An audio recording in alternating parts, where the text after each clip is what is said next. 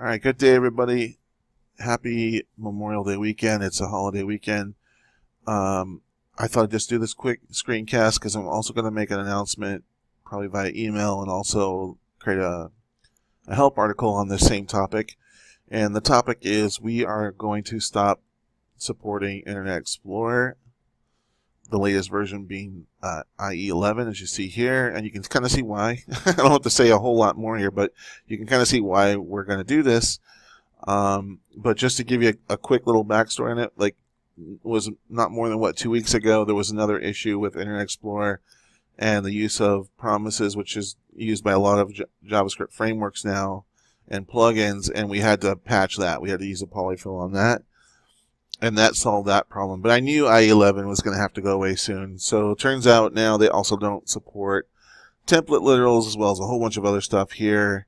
But right now the use of template literals is a big deal because we are using that now. It's a very powerful feature, a very powerful part of the new ES6, which is the more modern JavaScript version that all these other modern browsers now support. And not being able to support it, there is no way to. There's no shim. Sometimes they call it a JavaScript shim, where like this one says ES6 shim. There's no shim for template literals, and so your only choice is to do a what they call like a transpiler or a recompile of your JavaScript code. And to support IE11, IE11 has a very small percentage of the browser market. I mean, I'll look at our analytics, but I don't think hardly anybody is logging into our systems with that. But I'll check it out. But if someone's using IE11, the real solution here is to get them over to anything but that. I mean, if they like Microsoft, they can go to Edge. Edge is Microsoft's new browser. IE11 is clearly, like as you can see here, not going to be supported anymore. They're not doing any more development on it. They're just basically maintaining the basic browser, I believe just for some backward compatibility, because some corporations are using internal apps that require client-side ActiveX like running inside the browser, but like that's a very old technology at this point. And I doubt seriously that you're using that. If you are, you can always just still keep Internet Explorer installed, but you just can't use it on this app and many others.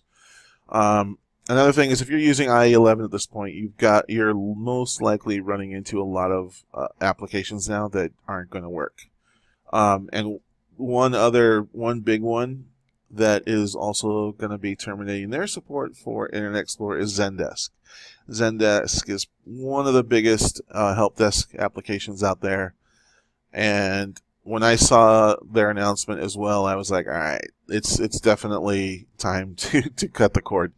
So that's what's going to happen, and it will be done gracefully. I mean, if you have a user try to log in with Internet Explorer, it will give them a notice. It will say something like, that that particular browser isn't supported anymore, but you can, and then maybe give them a suggestion. You can download Chrome, or you can download Edge, or use some other modern browser that will work.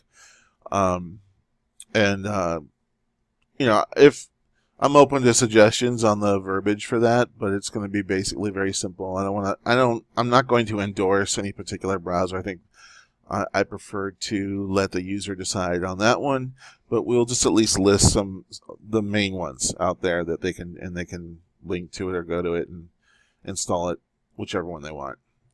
So anyway, that's it for now. Good. I kept this under 5 minutes, which was my goal. And have a great holiday weekend. And until next time.